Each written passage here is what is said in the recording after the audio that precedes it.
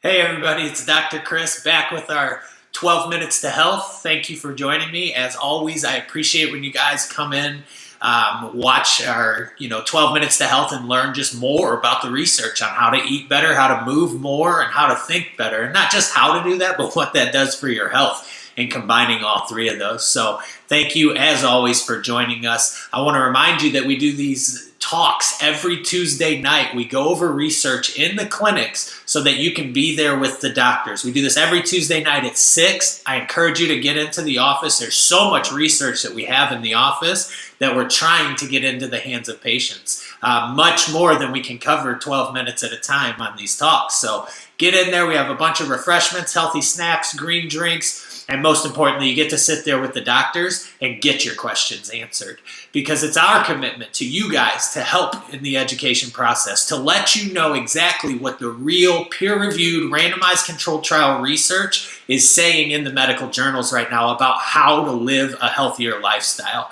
so that you don't just get our opinions on how to be healthy, but you get that unbiased, evidence-based approach to eating well, moving well, and thinking well. And that's what we try to bring to you each time. So let's go ahead and take a look at the research. We're looking at vitamin D.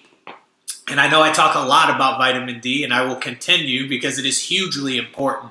The study we're going to look at tonight was by Cannell et al., and it looks at the epidemic influenza and how vitamin D affects that. And vitamin D has a substantial effect on our immune system and really regulating our immune system so that it doesn't get too far out of control, but yet it does enough to do its job and protect us. It's a fine line, that regulation process. And vitamin D, as always, I tell you guys, this isn't a standalone type thing. Health is inclusive of everything: how we're eating, how we're moving, our stress levels, all that stuff that we always talk about. Well, vitamin D itself actually works a lot better with vitamin A, which we'll talk about as we get into the research, because they point out why it is so important that they are used together in the right amounts, and how to find that in a natural substance so that our body gets enough of it. So let's dig into this research. First, let's look at how vitamin D is made, okay? Most humans get most of their vitamin D from casual sun exposure, right? So the sun hits our skin, and what happens is there's a chemical process that takes place. We have cholesterol in our blood. Well, that cholesterol in our skin, when the sun hits it, actually starts to transform in a chemical reaction that takes place and create vitamin D. That vitamin D then goes to our liver. There's another chemical process that takes place in the liver so that vitamin D can be turned into 25-hydroxyvitamin D, right? And this is what is measured in our blood when we look at a blood test and see our vitamin D levels. So it's that form after it leaves the liver that we measure to see our vitamin D levels and the effects on our health. But what happens to that form is it actually gets to our cells, and it goes to all of our different cells where another chemical reaction takes place to change it to 1,25-dehydroxyvitamin D. Okay, so that is the usable form by our cells. So there's a couple of different processes that allow that all to take place. And like I said, that's where we typically get our vitamin D from, is this process of sunlight hitting our skin. The problem is we're not getting enough anymore. This article goes to show, it actually says that vitamin D deficiencies are endemic across the world because we spend more time inside, right? It's the UVB rays used from the sunlight. So when that comes through glass or plastic or sunscreen, we don't get the same chemical reaction because the UVB rays don't get fully through it and cause the reaction to take place. So you combine that with not getting outside as much as we used to, not living outside, and then the clothes that we wear, right? We're just covering ourselves up a lot more. We don't get near the vitamin D that we used to, and we don't get near the vitamin D that we require for our immune system to function correctly, as this study goes on to show. So one of the things that it talks about vitamin D's it has 3 very important roles, and it has about 1 million roles, right? But the 3 really important ones that this focused on was the cytokine and macrophage modulation. So basically what that means, and everyone's pretty familiar right now with cytokines. So due to the COVID-19 pandemic and everything, we hear about the cytokine storm. But really understanding what that is where the difference comes in. So when we understand that a cytokines are there to protect us. They attack, it's inflammation to attack viruses and bacteria and things like that. So what's happening is that's getting out of control because we don't have enough vitamin D in our systems. Vitamin D is what regulates this process to say, hey, we need some inflammation, but not too much. Bring in the macrophages. Let's give them the oxidative burst that they need so that they can go out and they can swallow these viruses, swallow up these bacteria, and get them out of our system and protect ourselves. So without vitamin D, we don't have enough macrophage activity taking place, and we usually have too much cytokine activity taking place, which is causing a bunch of respiratory issues. So this article does a great job of showing how that if we're not at the right levels, if we're not somewhere around 50 nanograms per deciliter of vitamin D in our blood, 40 to 50 is a good range in there, then we're going to run into increased inflammation from cytokines and decreased macrophage function. So that is a hugely important role of vitamin D. One of the most important roles is AMPs, which are antimicrobial peptides. These are molecules that are a part of our immune system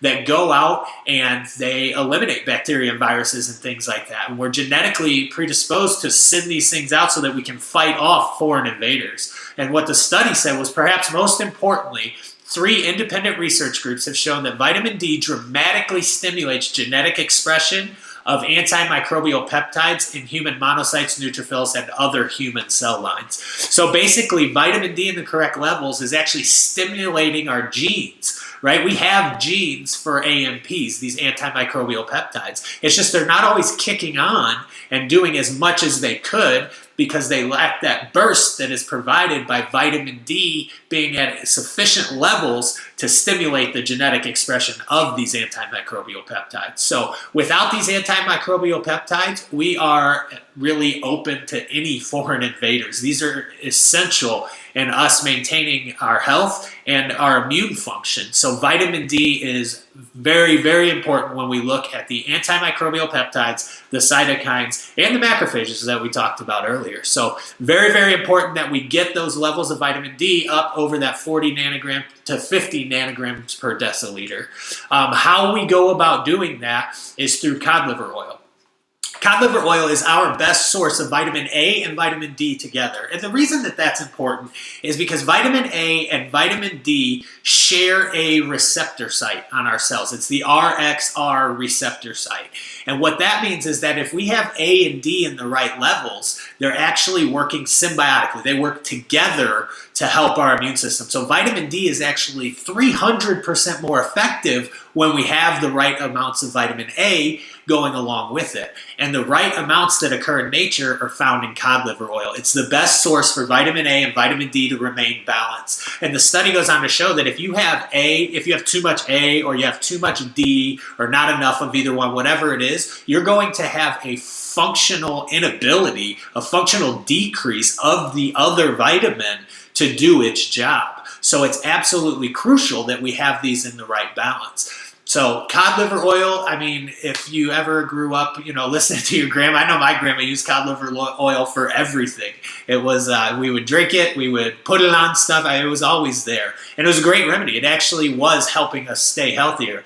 She understood that from, just her growing up and her parents and everything else, but she was passing it on, not based on research, but based on practical use at that time. Well, the research is now clear that vitamin A and vitamin D in cod liver oil is great for us. And that's why we use the Innate Choice Omega A and D in our clinics. Because, and I'll talk about it in another talk, but the omega-3s, when we look at the macrophages and cytokines and keeping the cell walls that fluid like they need to be so that they can attack things, that's another huge part of our immune system. So when we can put all these things together to help our immune cells, I mean, there is no better supplement on the planet than the Innate Choice Omega A and D sufficiency that gives us our fish oil and our cod liver oil in the correct amounts so that we can maintain health and just stay healthy. When we look at the dosage, I talked about this earlier. In this study, what they found was that 4,000 IUs a day for more than 6 months to middle-aged Canadian outpatients resulted in levels at 44 nanograms per milliliter and produced no side effects other than an improved mood. You will have positive side effects from vitamin D because it's used in every function in our body. But this goes on to show the 4,000 IUs. The rest of the study shows, though, there are some variants in there. The darker your skin, the less vitamin D you're actually going to create from the sun. So you may have to up it. If you are overweight or obese, you're going to have to up it. The higher your fat content is. And then there was, the older we are, they looked at elderly patients, 65-year-olds actually created about 25% of what a 20-year-old would off of sunlight. So we just lose the ability to create our own vitamin D. So we need to up it. And I suggest to all my patients to keep it between 4,000 and 5,000 IUs.